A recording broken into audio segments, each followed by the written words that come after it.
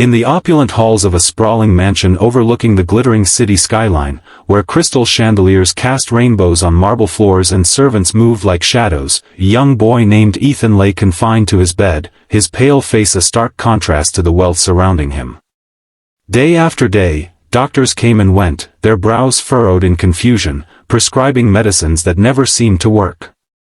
Ethan, the only son of millionaire tycoon Victor Harrington, had been plagued by mysterious illnesses since he was a child, fevers that burned without cause, aches that crippled his limbs, and a fatigue that pinned him down like invisible chains. Whispers in the household called it a curse, but Victor dismissed it all as weakness, burying himself deeper in board meetings and mergers, convinced that money could fix anything.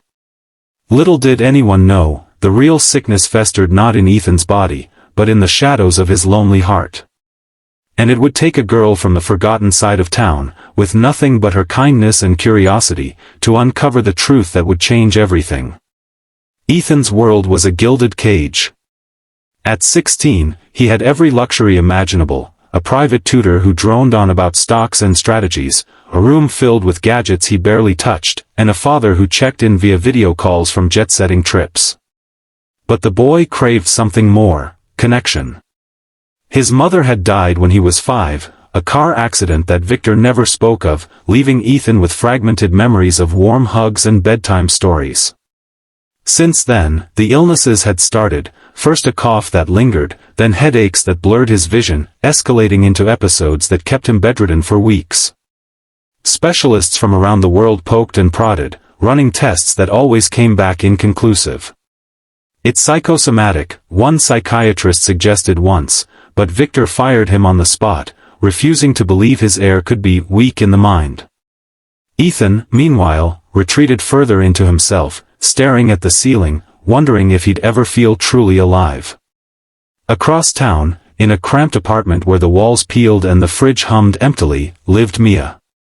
At 15, she was the eldest of 3 siblings, her days a blur of school, odd jobs, and caring for her ailing grandmother.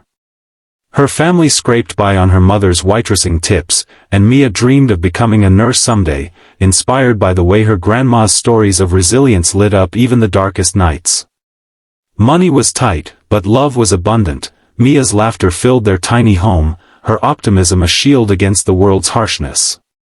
When a job posting appeared for a part-time companion at the Harrington mansion, someone to read to the invalid son, keep him company, and assist with light chores, Mia applied on a whim. "It's good pay," her mother said, though worry creased her forehead. "But those rich folks, they're different." Mia shrugged it off. She saw it as a chance to help someone, and maybe save enough for nursing books. On her first day, Mia arrived at the mansion gates, her worn backpack slung over one shoulder, feeling like an intruder in a fairy tale. The butler eyed her suspiciously but led her to Ethan's room. The boy looked even frailier up close, his blue eyes dull beneath tousled brown hair. "I'm Mia," she said brightly, extending a hand. Ethan stared at it for a moment before shaking it weakly. "Dad hired you to babysit me," he muttered, his voice laced with sarcasm to mask the hope flickering inside. Mia didn't flinch. "Nah, to hang out." "What's your favorite book?" She pulled out a tattered copy of The Adventures of Huckleberry Finn from her bag, a thrift store find, and began reading aloud with animated voices that made Ethan crack his first smile in months. As days turned to weeks, a fragile bond formed.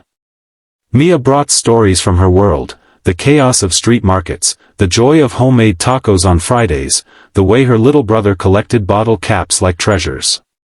Ethan, in turn, shared glimpses of his, the pressure of inheriting an empire he didn't want, the echoing emptiness of holidays spent alone with catered meals. "You're lucky," he said one afternoon, as rain pattered against the window. "Your family actually talks to each other." Mia tilted her head. "Luck's what you make it. My grandma says health comes from the heart, not just the body." But Ethan's sickness persisted. Sudden chills that left him shivering, nausea that stole his appetite. Mia noticed how he'd perk up during their chats, only to wilt when she left. She started staying longer, helping with his lessons, even sneaking in board games from home.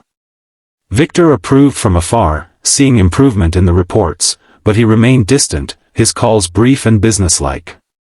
The challenges deepened as winter approached. Ethan's episodes worsened. One night, he collapsed during a rare attempt to walk the gardens, his body racked with pain. Mia stayed by his side, holding his hand as doctors swarmed. "Why won't it stop?" he whispered, tears escaping despite his efforts to hide them. Mia's heart ached. She saw the loneliness eating at him, the way he flinched at his father's rare visits, expecting criticism instead of comfort.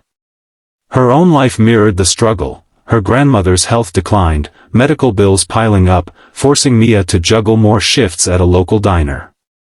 "I can't keep coming if things get worse at home," she confided to Ethan one day, her voice cracking. He nodded, but the thought terrified him. She was his lifeline, the only one who saw him as more than a burden.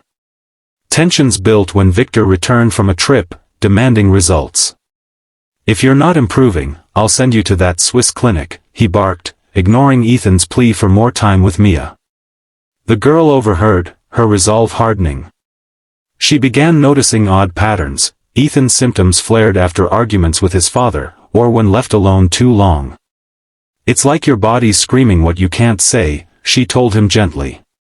Ethan deflected, but Mia persisted, her empathy drawing him out. One evening, as she tidied his room while he dozed, a strange noise caught her ear, a faint scratching from under the bed. Curiosity piqued, she knelt down, peering into the dim space. Her breath caught.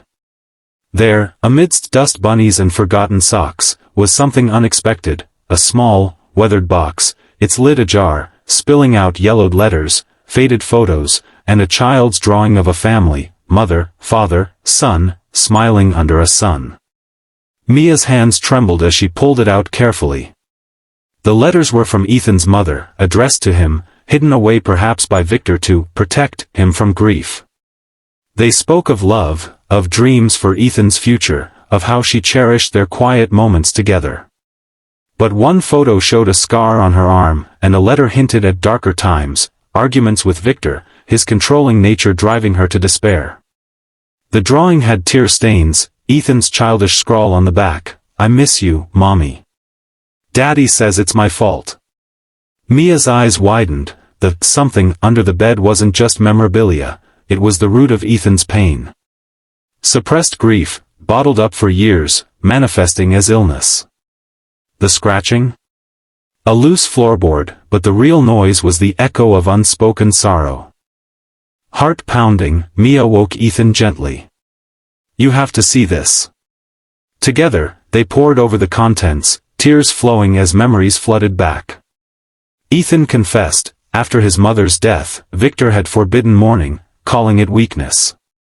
Ethan had hidden the box, but the guilt and loss festered, triggering his body's rebellion, stress-induced symptoms doctors couldn't cure. "I thought if I was sick, he'd pay attention," Ethan admitted, voice breaking. "But it just made me sicker." Mia hugged him, her own tears mixing with his. "You're not alone anymore. We'll face this together." The resolution unfolded with raw emotion. Mia convinced Ethan to confront Victor, box in hand. The millionaire, faced with the evidence of his neglect, crumbled, his tough exterior cracking as he admitted his own grief had turned him cold. "I thought protecting you meant hiding the pain," he said, voice hoarse. Family therapy followed, bridges mended slowly. Ethan's health improved dramatically, with the emotional weight lifted, his body healed. He started venturing out, joining Mia in her world, volunteering at soup kitchens, laughing with her siblings.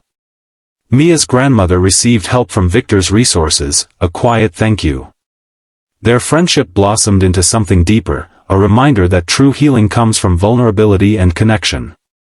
Months later, Ethan stood tall at a charity gala, Mia by his side, her simple dress outshining the diamonds around them.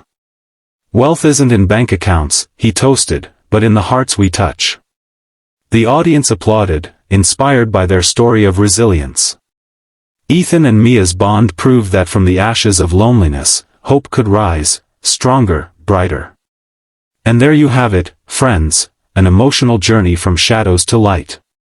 If this story touched your heart, hit that like button to spread the inspiration, and subscribe to the channel for more tales that remind us of life's true treasures. What's your takeaway? Share in the comments below.